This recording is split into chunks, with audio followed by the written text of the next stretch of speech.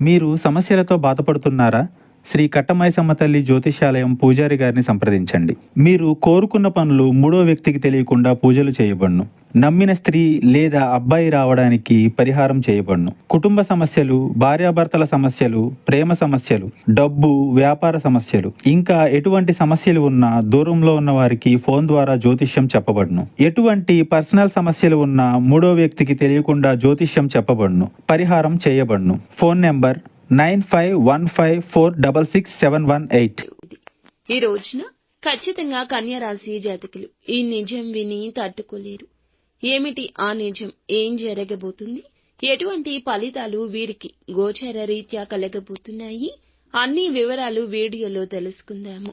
Video మీకు నచ్చితే ఒక చిన్న లైక్ అయితే చేసి మమ్మల్ని సపోర్ట్ చేయండి.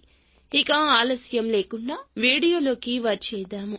మధ్యాహ్నం 1:30 దాటాక చంద్రుడు అష్టమ స్థానంలోకి ప్రవేశించి రాహు కుజుల దృష్టి తాకుతుంది.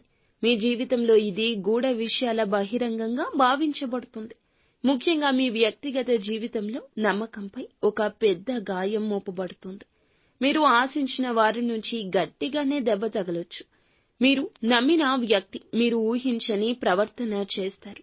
గడచిన కాలంలో వారిపై చాలా నమ్మకం పెట్టుకున్నారు. ఇప్పుడు పూర్తిగా భిన్నంగా మారిపోయి మిమ్మల్ని మోసం చేసినట్లు తెలిసే దుస్థితి దాపురిస్తుంది. ఇది కేవలం వ్యక్తిగతం కాదు, ఆర్థికంగా లేదా పరువు విషయంలో కావచ్చు. మీ దగ్గర వారే మీ యొక్క అభివృద్ధి అడ్డుకోవడానికి చేస్తున్న కుట్ర కావచ్చు. ఒక్కసారిగా చెవిన పడుతుంది. వారి మాటల్లో వక్రీభావం ఉంటుంది. ఎవరో ఒకరు రికార్డింగ్ మెసేజ్ లేదా థర్డ్ పర్సన్ ద్వారా ఈ నిజం మీకు తెలుస్తుంది. విన్న వెంటనే అసహనం, దుఃఖం, కోపం కూడా కలగడం సహజమే. కానీ ఆవేశం తగ్గించుకోండి. సోషల్ మీడియాలో, వర్క్ ప్లేస్ లో లేదా కుటుంబ సభ్యుల్లో ఒక లేనిపోని అపవాదం ఫలితంగా బాధపడే అవకాశం ఉంటుంది. ఇది వినగానే మీరు వెంటనే స్పందించాలనిపిస్తుంది.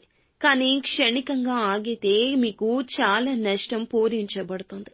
తీవ్రమైన మానసిక ఒత్తిడి ఈ రోజు కలగొచ్చు. కొన్ని గంటలు ఏం చేయాలో అర్థం కాకపోవచ్చు. తక్షణ నిర్ణయం ప్రమాద గంటికలు మోగిస్తుంది. నిశ్చలంగా ఆలోచించండి. నమ్మిన వ్యక్తితో మాటల్లో గౌరవం ఉండాలి. ప్రతి విషయానికి వెంటనే స్పందించొద్దు.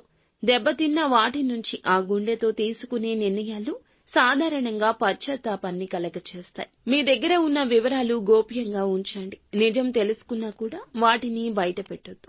ఇందులకు ఆధారంగా భవిష్యత్తుకు సంబంధించి నిర్ణయం తీసుకోవడం, మీ శాంతి కాపాడుకోవడం మీ లక్ష్యం.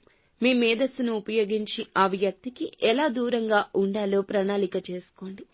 ఓం శ్రీ హనుమతే నమః ఈ యొక్క మంత్రాన్ని కష్టం కలిగిన ప్రతిసారి, బాధ కలిగిన ప్రతిసారి బాధాతప్త హృదయంతో 21 సార్లు జపించండి. ఖచ్చితంగా హనుమంతుని అనుగ్రహం కలుగుతుంది. మానసిక స్థైర్యం కలుగుతుంది. మీ జేబులో ఈ రోజున ఒక నిమ్మకాయను పెట్టుకుని వెళ్ళండి. మీకు ఉన్న దృష్టి పోతుంది. మీకు మనసు ప్రశాంతంగా మారుతుంది.